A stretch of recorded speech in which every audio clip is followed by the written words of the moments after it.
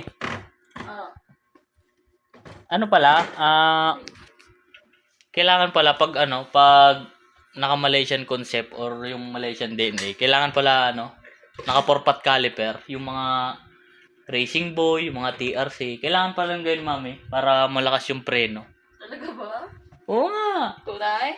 Oo, kailangan daw yun para mas maganda yung preno gawa ng, may mabibilis tumawid sa biglang natawid. Kailangan malakas daw yung preno, kaya kailangan naka-4-pot caliper. Tunay. Oo nga, tunay nga yun. Sige, bili ka ng ganyan. Basta, bibili ka ng top box tapos yung may sandalan na. Top box sa motor?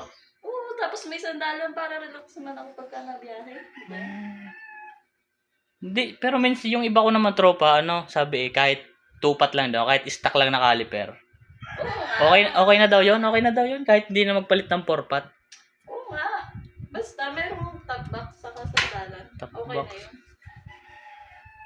Papayag ka may caliper basta may top box. Oo, kahit ano ilagay mo diyan, basta may mga top box yan. Tapos, Hindi, okay na ako sa stock. Stock na lang yun. Mas maganda kasi yung stock. Mas hindi, low. okay lang. Hindi, mas low sabi mo mas okay yung kapag ka maganda ang preno.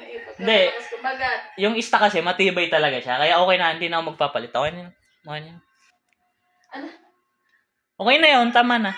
Stock lang. Mas maganda ka kapag malakas Hindi. ang preno, di ba? Hindi, may kasabihan kasi na stock is good. Okay na yun. Huwag na.